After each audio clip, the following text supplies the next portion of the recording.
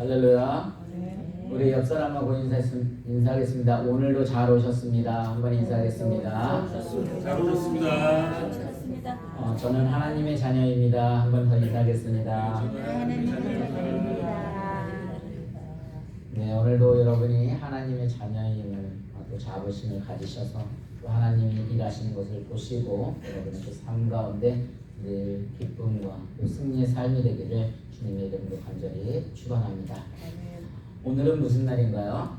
추석이었어요. 그래서 지난주에 말씀 끝나자마자 이번 주에는 추석이니까 어떤 감사의 말씀을 전해야겠다. 그래서 감사의 조건을 찾았는데 그 묵상을 하다가 이번 주가 교회 협의를 통해서 뭐가 진행이 되고 있어요? 네, 부흥성회가 진행이 되고 있습니다. 그런데 홍민기 목사님께서 강사로서 시편 말씀을 증거를 해주셨는데 첫날에 시편 23편 1절에 여호와는 나의 목자시니 내게 부족함이 없으리로다 라는 말씀을 증거해 주셨어요. 근데 여호와는 나의 목자니까 부족함이 없다는 거죠. 근데 우리는 늘 그런 고백을 해요. 근데 저는 그 말씀을 들으면서 나의 연약함, 부족함, 우리는 늘 하나님 앞에 간구를 하고 있어요. 분명히 모든 고백을 하나님은 나의 목자시니까 부족함이 없다고 고백을 하면서도 오히려 모든 것들을 자꾸 달라고 뭐를 채워달라고 뭔가가 갈급하니까 뭔가가 부족하니까 자꾸 그런 기도를 하고 있어요. 근데 하시는 말씀이 뭐냐면 기독교는 진짜 기독교는 나의 뜻을 하나님께 알리는 것이 아니라 하나님의 뜻을 나를 통하여서 역사하는 것이 진짜 기독교다라는 은혜의 말씀을 통해서 제가 오늘 지난주에 이어나왔던 시편을 이어서 오늘 이 시편의 말씀을 계속해서 묵상을 하게 되었습니다. 그래서 이 시편 오늘 시편 4편의 말씀은 시편 3편과 이제 쌍둥이 어떤 편이라고도 말을 하고요. 또 하나는 시편 4편 8장에 보면 뭐라고 써져 있는지 한번 같이 읽어볼까요? 시편 4편 8절 있습니다. 시작. 내가 평안히 눕고 자기도 하리니 나를 안전히 살게 하시는 이는 오직 여호와시니라. 그래서 뭐라냐면 내가 평안히 눕고 자기도 하리니, 그래서 이 구절이 저녁의 시라고 말을 하고요. 또 지난주에 배웠던 시편 3편 5절에 보면 뭐라고 써져 있는지 한번 보겠습니다. 시작. 내가 누워 자고 깨었으니 여호와께서 나를 붙드심이로다. 그래서 벌써 내가 누워 자고 깨어있다. 그래서 아침의 기도라. 그래서 시편은 아침의 기도, 3편은 시편 3편은 아침의 기도라고 하고 시편 4편은 저녁의 기도라고 해서 어떤 쌍둥이 시라고도 합니다. 그런데 이 짧은 시간에 아까 말씀드린 감사의 조건을 하다가 이 짧은 시간에 이 말씀을 깊이 전할 수 있을까 그런 고민을 하게 됐어요. 왜냐하면 어제도 시편 23편을 통해서 말씀을 증거해 뭐라냐면 거기에 양이 나오잖아요. 근데 우리 양의 특징들을 너무도 잘 알고 있어요. 근데 한 목회자가 그 양을 직접 특징들을 공부하기 위해서 팔레스타인을 갔다는 거예요. 그래서 자그마치 7년 동안 그 양에 대해서 연구를 했다는 거예요. 그리고 어떤 목사님이 또 시편 23편을 설교를 하는데 시편 23편 1절부터 8절까지 6절까지 있잖아요. 그걸 가지고 2년 동안 강의를 했다는 거예요. 그게 어떻게 가능할까요? 그렇게 하려면 그 다윗이 지었으니까 다윗이 처해졌던 상황, 그리고 어떤 예수님이 바라봐야 하는 시각, 그리고 우리들이 어떤 적용하는 그런 모든 측면들이 이게 내가 다가오지 않으면 불가능한 거예요. 그러니까 이게 지식적으로 이 구절은 이런 뜻입니다 해서 전달하고 그렇게 해서는 절대 이해는 갈 수가 없거든요. 그냥 그 말씀 한 절 한 절이 어떻게 되는 거야? 정말 나한테 다가와야 되거든요. 그 다윗의 상황이 지금 현재 나의 상황으로 오지 않으면 그건 불가능한 거거든요. 그래서 이 오늘도 시편 이 4편을 증거하는데 이 짧은 시간에 다 증거할 수는 없겠지만 그래도 오늘 어떤 전체적인 흐름을 봤을 때 저녁의 시라고 하니까 오늘은 그러면 이 밤을 의미하는 것은 무엇이고 밤에 기도하는 걸 했으니까 그럼 밤에 우리는 어떤 기도를 해야 할까 통해서 이 말씀을 보기를 원합니다. 그래서 첫 번째로는 우리가 이게 밤이라고 했는데 이 밤의 기도인데 밤의 의미가 뭐예요? 밤은 안식한다, 쉼이다, 충전의 시간이다, 회복의 시간이다라는 것을 가지고 있어요. 원래 밤은 뭐 하는 시간이야? 아무 경우는 잠을 자고 충전을 해야 하거든요. 그래야 내일 아침에 일어나서 일들을 할 수가 있잖아요. 근데 우리가 늘 어떤 이원론적으로 밤이니까 나쁜 것으로만 생각하지 않았으면 좋겠어요. 왜냐하면 우리가 보라 새것이 되었도다라고 교육을 배울 때도 아기가 엄마의 뱃속에 있을 때는 어땠어요? 그때 암흑이 시작이 되어지고 어둠이었지만 그때 아기로서는 가장 필요한 공급을 엄마로부터 다 받는 시간이라고 했어요. 가장 안전한 시간이라고 했어요. 그러니까 그 밤이 결코 환경적으로 암흑이고 나쁜 것 같았지만 결코 암흑의 시간이 아니라 안전히 거하는 시간, 하나님이 지켜주는 시간과 같은 것처럼 그럴 수도 있겠다. 그래서 오늘날 저는 이제 느헤미야도 묵상을 하고 이 시편 묵상을 통해서 어쩌면 달라스 우리 교회가 또 밤의 시간을 보내고 있는 시간일 수도 있겠다. 그런데 분명한 사실이라면 이 밤의 시간이 뭐예요? 하나님께서 영적으로나 육적으로나 회복시켜주는 시간이라는 사실을 기억하시길 바랍니다. 그래서 우리는 그렇게 이게 밤이라고 해서 항상 나쁜 것이 아니라는 거죠. 그래서 밤에는 어떻게 보면 안 자는 것이 또 창조 질서를 어긋나는 거예요. 밤은 또 어떤 의미를 가지고 있을까요? 나를 내려놓는 훈련의 시간이기도 하다. 아무리 젊은 사람이고 나이가 드신 분들도 밤에는 무슨 활동을 할 수가 없어요. 왜? 다 잠을 자야 하거든요. 근데 잠을 안 자는 사람들이 있어요. 잠을 왜 안 잘까요? 해야 할 일이 많아요. 무슨 해야 할 일들이 많아요? 밤에 일을 더 하려고 하는 사람도 있어요. 그리고 낮에 시간이 부족하니까 밤에 공부를 더 하려고 하는 사람도 있어요. 근데 그 안에 깊이 들어가 보면 그게 다 왜 그래요? 욕심의 뿌리가 있다는 거죠. 그래서 어떻게 보면 아침에 주어진 시간에 우리의 삶은 뭐냐면 나에게 주어진 시간에 하나님의 아까 우리 뭐랬냐면 찬송에서 주어진 내 삶의 시간 속에 주님의 뜻을 알게 하소서. 주어진 시간에 낮에 해야 할 때, 일을 해야 할 때가 있는데 그걸 못 끝내니까 밤에라도 하려고 하는데 그것은 나의 욕심이라는 거지. 여러분 그 돈을 버는 것도 사실 시간과 때가 있거든요. 우리가 25년 정도 교육을 받는다고 합니다. 그리고 일하는 것이 25년 정도 돈을 버는다고 봐요. 그래서 보통 25년 교육받고 25년 일을 하고 좀 더 나가면 60까지 보통 일을 많이 한다고 그래요. 그래서 그때는 뭐 돈을 뭘 하려고 하면 그래도 돈이 좀 이게 벌 수 있다는데 60이 넘어가면 돈을 벌려고 해도 돈이 안 벌린다고 그래요. 그러니까 이 밤이라는 건 나를 내려놓는 시간인 건 뭐냐면 그러면 여러 가지 의미가 있겠지만 밤은 어떤 암흑이고 나의 어려움의 시기고 근데 그런 시기가 결코 나쁜 것만은 아니라는 거죠. 왜냐면 아까도 시편 23편에 여호와는 나의 목자시니 내게 부족함이 없으리로다. 다윗이 왕이 돼가지고 그 모든 것이 충만하게 채워진 상태에서 그 고백을 했던 게 아니더라고요. 그건 언제 고백을 했을까요? 사울로부터 쫓겨다닐 때 정말 가장 힘들고 어려울 때 고백을 했던 거예요.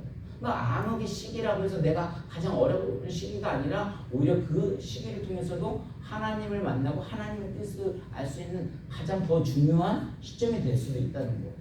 그래서 우리가 밤의 시간도 중요하다. 왜? 많은 사람들이 밤이 되어지면 죽음이 다가오려면 죽음을 안 놓으려고 하는 사람들도 있어요. 그래서 의사선한테 가가지고 야 내가 가진 돈에 반지라도 줄 테니까 어떻게 살아도 나를 살려달라 라고 말하는 사람도 있습니다. 그런데 그 의사한테 가서 그렇게 말하면 의사가 살려줄 수 있나요?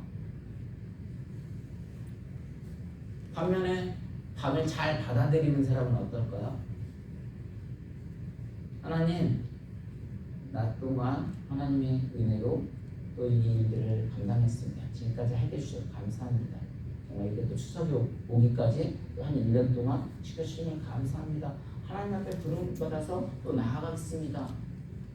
그러면서 뭐요? 나 자신을 내려놓는 훈련의 의미를 가지고 있다는 거죠. 그런데 우리들이 삶을 살아다 보면 밤에 잠을 자야 하는데 지난주에도 말씀드린 대로 밤을 자야 하는데 잠이 안 오는 경우들이 있어요. 왜냐하면 직장 생활을 하다 보면 때로는 화나는 일도 있고 모욕을 당하는 일도 있어요. 그리고 마음에 분노가 일어나서 그 분노의 생각으로 잠을 못 이뤄요. 직장을 다니시는 분들은 때로는 나 일하기 너무 싫다는 거예요. 때로는 일을 나갔는데 그 직장 상사가 나보다 나이가 어려서 반말을 하는데 기분이 나쁘다는 거예요. 또 심지어는 네가 지금 일한 지가 얼마나 됐는데 아직도 이것도 일 못하냐고. 너 여기에 도움이 안 된다고. 나가라. 그런 말을 듣는 사람도 있다고 합니다. 심지어는 인격적인 모독까지 들어서 인간성의 어떤 그런 대우를 받지 못한다고 해요. 모욕당하고 병마를 당합니다. 그러니까 이런 생각들로 가득 차 있으면 그날 잠이 올까요? 안 올까요? 잠이 안 오는 거죠. 여러분 혹시 그런 적 없어요? 그래서 지난주에 어떤 이휘철 성도님 오셨길래 우리가 밤에 잠이 옵니까? 밤이 이렇게 이런 고민들이 있으면 이를 잠을 잘 수 있나요? 그랬더니 뭐라고 했어요? 이분은 그냥 눕기만 하면 잠 잘 잔다는 거죠. 그게 왜 그래요? 하나님의 은혜예요. 그것도. 저는요, 이게 지난번에 말씀 설교 준비하거나 어떤 사회에서 일이 꼬여서 거기에 몰두하기 시작하면 잠이 안 와요. 왜냐면 그 생각에 몰두에 빠져가지고 어려웁니다. 근데 이 시편 4편도 이게 보면 아까 되게 평안한 가운데서 이 시편을 고백을 한 것이 아니라 아까 3편, 4편에 이게 쌍둥이를 했잖아요. 시편 3편이 어떤 시라고 했어요? 압살롬이 반역을 일어났을 때 배경을 사무엘상 15장부터 19장까지 그런 배경을 가지고 있는 가운데 썼던 것처럼 어떤 쌍둥이 관에는 이 상황도 지금 그렇게 좋지 않은 힘든 그런 상황 가운데 있었어요. 근데 하나님 앞에 뭐예요? 기도함을 통해서 잠을 주시는 하나님, 밤에 평안을 주시는, 안전을 구하시는 하나님이라고 고백을 하고 있습니다. 그래서 그렇다면 우리가 이렇게 어떤 밤의 의미가 여러 가지로 다가올 수도 있어요. 아까 보다 힘들고 어려울 때 아니면 암흑의 세계, 그럼에도 불구하고 이때는 회복과 충전의 시간이다. 그리고 때로는 오늘도 제가 아침에 딱 와가지고 말씀을 딱 증거하려고 딱 하는데 분위기가 되게 가라앉아 있는 거예요. 그리고 혹시 느끼시나요? 뭐 찬양을 해도 때로는 뜨거울 때도 있는데 분위기가 가라앉아 있는 그런 분위기가 느껴질 때가 있어요. 이런 것이 하나의 또 암흑이 될 수도 있지만 그런 암흑 속에서도 뭐예요? 하나님의 오히려 그때가 더 역사하시기 좋은 때다. 그래서 우리는 밤에 기도를 하는 건 첫 번째 어떤 기도냐면 자, 첫 번째 하나님께서 따라하겠습니다. 하나님께서 나에게 승리를 주십니다. 다시 말해서 이 모든 일이 하나님의 성님을 확신을 하고 믿고 우리는 기도를 해야 하는 거예요. 우리 1절부터 3절까지 한번 읽어보겠습니다. 시작. 내 의의 하나님이여 내가 부를 때에 응답하소서. 곤란 중에 나를 너그럽게 하셨사오니 내게 은혜를 베푸사 나의 기도를 들으소서. 네, 1절만 일단 하겠습니다. 일단 여기서 뭐라냐면 내 의의 하나님이여. 내 의의 하나님이 무슨 소리예요? 공의의 하나님이시라는 거예요. 그러니까 공의의 하나님이 내가 부를 때 응답하소서. 우리들이 아까 말씀대로 직장 생활하다 보면 사회생활을 하다 보면 억울하고 힘들고 어려울 때가 있어요. 예를 들면 저도 늘 소통을 어려워하는 사람 중에 한 사람인데 제가 의도하는 거가 아니에요. 근데 이렇게 말을 하고 있는데 그 상대방이 저희 의도를 정확히 파악을 못하고 자기 마음대로 해석을 하는 거예요. 그래서 그걸 자기의 해석으로 받아들이는 거예요. 저희 의도는 그게 아니었는데. 그러면 상대가 그렇게 그 말을 해석으로 말미암아 오해를 사게 말미암아 때는 속상할 때가 있어요. 그럼 불러다 놓고 막 이걸 확인하고 뭐 하냐? 그럴 때도 있지만 우리는 보통 어떻게 돼요? 그 사람 가서 따지고 뭐 하게 되면 또 문제가 되니까 어떻게 돼요? 하나님께 맡기는 거지. 무슨 하나님? 하나님, 공의 하나님, 하나님께서 하시니까 우리가 굳이 말하지 않아도 그 사람을 알게 되면 그 사람의 성품이 어떤지 아니까 나중에 알게 되잖아요. 굳이 지금 이거를 막 해주고 밝히지 않더라도 공의 하나님께서 해주시겠지. 그건 무슨 소리예요? 하나님께서 맡기고 하나님께서 그 일들을 해주실 걸 믿고 확신하고 나아갈 때 그걸 안 뒤집어 놓을 수가 있거든요. 여기서도 보니까 계속해서 곤란 중에 나를 너그럽게 하셨사오며 하는데 이 곤란 중에 너그럽게라는 것은 히브리어 찾아보니까 락합이라는 거예요. 락합은 뭐냐면 협곡에서 협곡 이렇게 파진 곳에서 군대에 둘러싸이다. 근데 그 포위망을 뚫고 나오다라는 뜻을 가지고 있어요. 그러니까 무슨 뜻이에요? 저는 뭐 전쟁에 나가서 누구에게 뭐 잡혀보지는 않았었지만 그냥 우리들이 아까 말한 꼭 전쟁이 아니라도 어떤 나의 삶의 압박감으로 인해서 정말 어디 하지 못할 때 그런 때 앞에서 잡혀져 있을 때 아니면 사도 바울이 표현하는 거 고린도후서 4장 8절 한번 읽어보겠습니다. 시작. 우리가 사방으로 우겨쌈을 당하여도 쌓이지 아니하며 답답한 일을 당하여도 낙심하지 아니하며 이 말은 이해가 될지 모르겠어요. 우리가 사방으로 우겨쌈을 당하여도 쌓이지 아니하며 답답한 일을 당하여도 낙심하지 아니하며 왜요? 왜 그렇죠? 복음을 전하다 보면 내가 생각지도 못하는 일을 어려운 또 억울한 일을 당할 수도 있고 또 어려움이 당할 수도 있고 인간관계 속에서도 어려움이 있을 수도 있어요. 그럼에도 불구하고 낙심하지 않대요. 왜요? 공의 하나님이 알아서 하시기 때문에 하나님이 일하시기 때문에 우리는 그걸 믿는 사람들이잖아요. 이 세상에 일어나는 일은 모든 일이 우연하는 일이 아니라 우리 믿는 사람들은 뭐예요? 하나님이 나의 주가 되어주셨기 때문에 우리는 그걸 믿고 나가기 때문에 이거를 이겨낼 수 있는 거죠. 뭔가 여호와는 나의 목자니 부족함이 없어. 내가 풍족해서가 아니라 정말 어렵고 힘들더라도 하나님이 나의 목자가 되어주셨기 때문에 그러니까 환경에 상관없이 하나님이 일하시는 것을 우리는 고백하는 사람들이기 때문에 저녁에 기도하는 거 나에게 힘들고 어려움이 있을 때는 하나님을 믿고 나아가는 길이 지난주에도 뭐냐면 그게 사는 길이다. 그래서 저녁에 기도할 거는 다른 것이 아니라 하나님을 믿고 확신하는 거. 다시 말해서 하나님 나에게 승리를 주실 것이다. 그 확신하는 기도를 하는 겁니다. 그래서 2절 3절 계속 봅니다. 아까 다시 2절 3절 읽습니다. 시작. 인생들아 어느 때까지 나의 영광을 바꾸어 욕되게 하며 헛된 일을 좋아하고 거짓을 구하려는가.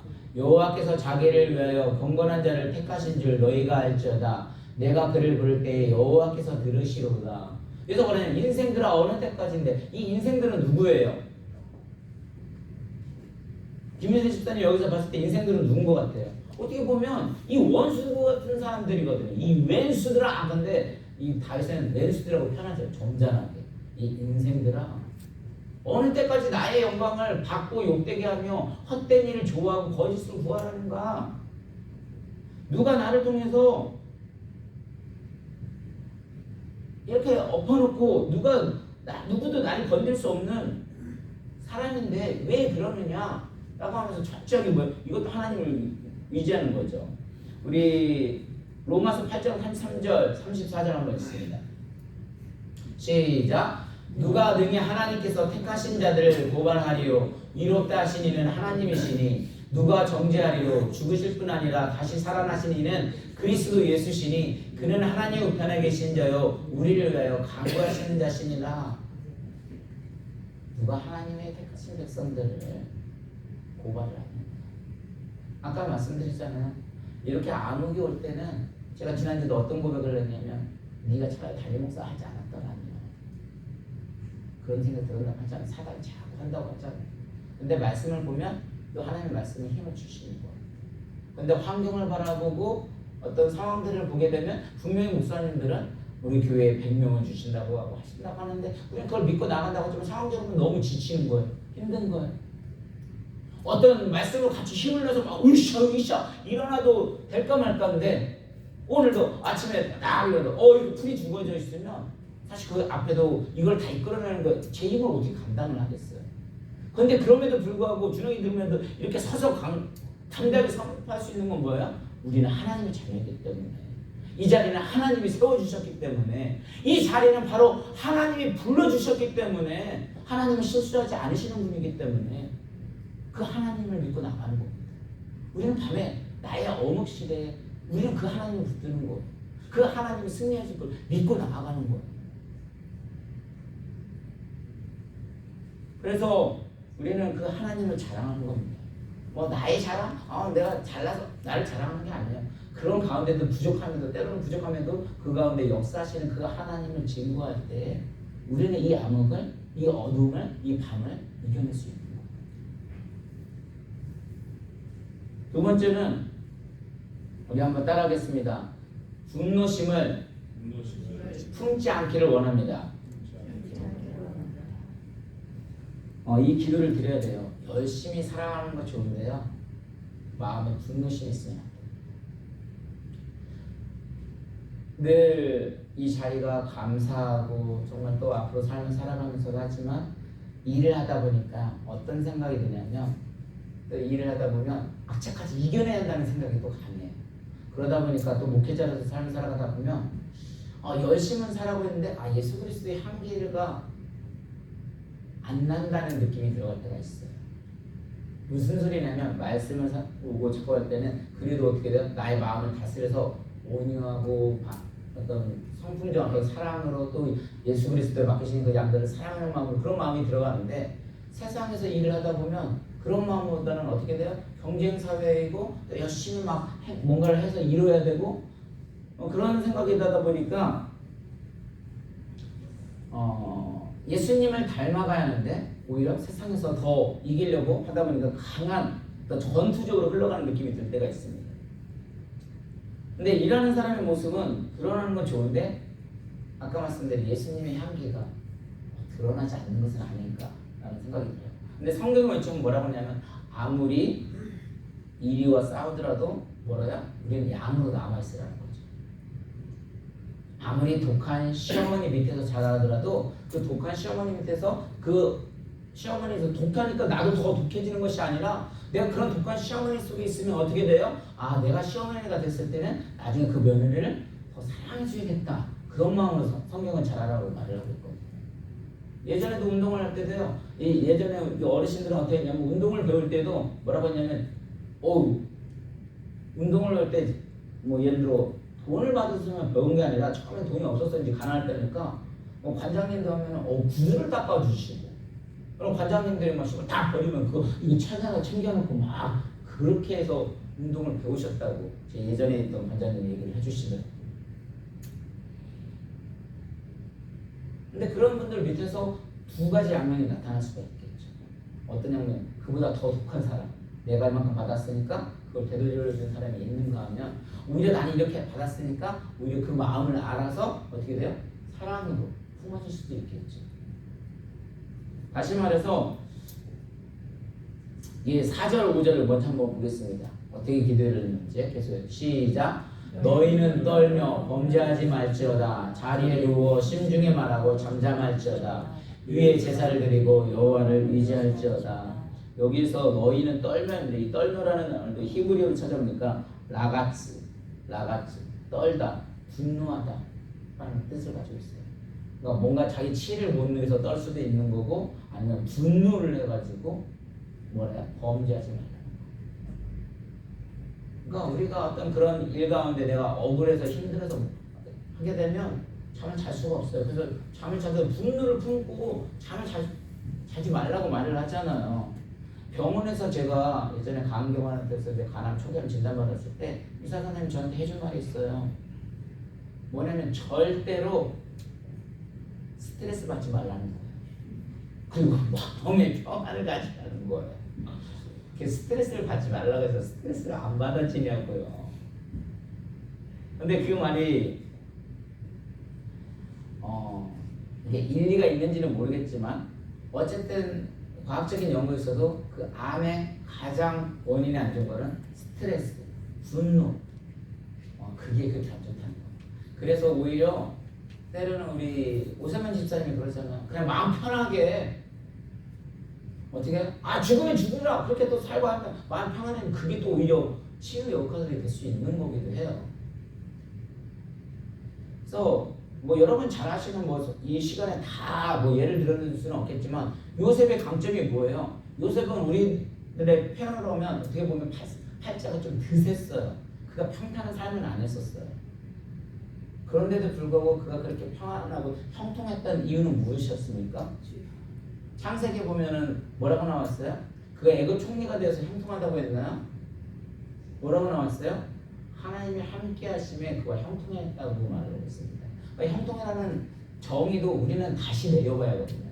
형통의 정의는 내가 뭔가가 잘 되고 아니면 아까 내가 부족함이 없다는데 뭔가 채워져서 부족함이 없는 게 아니라 내 안에 하나님이 함께 할 때 부족함이 많더라도 그 환경에 주님으로 인해서 나의 어떤 어려운 환경 때문에 부족한 게 아니에요. 하나님이 나와 함께 있으면 진짜 그 어려운 길도 그냥 아까 말대로 마음의 평안을 가지면 가질 수 있는 거예요. 근데 그것들을 하나님께 맡기지 못하고 제가 너무 강하다 보니까 내 스스로 하려고 하는데 이게 스트레스가 터지는 거예요. 그래서 말씀을 어제도 부흥회를 듣고 할 때는 아까 말대로 이제 감사 올해 끝나자마자 이제 감사에 대해서 계속 묵상을 하다가 갑자기 바뀌었잖아요. 근데 이게 막상 준비를 하려니까 머리가 터지겠는 거예요. 왜냐면 말씀을 보면 볼수록 더 많아요. 양도 많고 또 새로운 것들을 발견하게 돼요. 근데 그걸 짧은 시간에 이렇게 정리를 해서 한다고 하려니까 너무 나빠요. 제가 잠을 잘 잤을까요? 못 잤을까요?